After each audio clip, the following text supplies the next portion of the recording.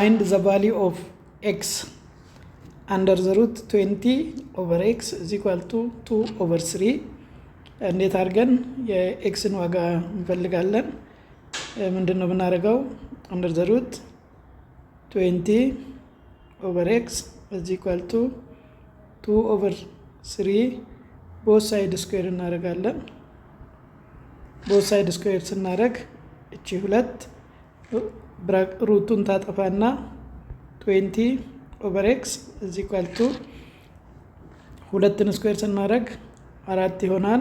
ሶስትን ስኩዌር ስናደርግ 9 ይሆናል። እቺ ስኩዌር ሁለቱንም ስኩዌር ስለምታደርግ ማለት ነው።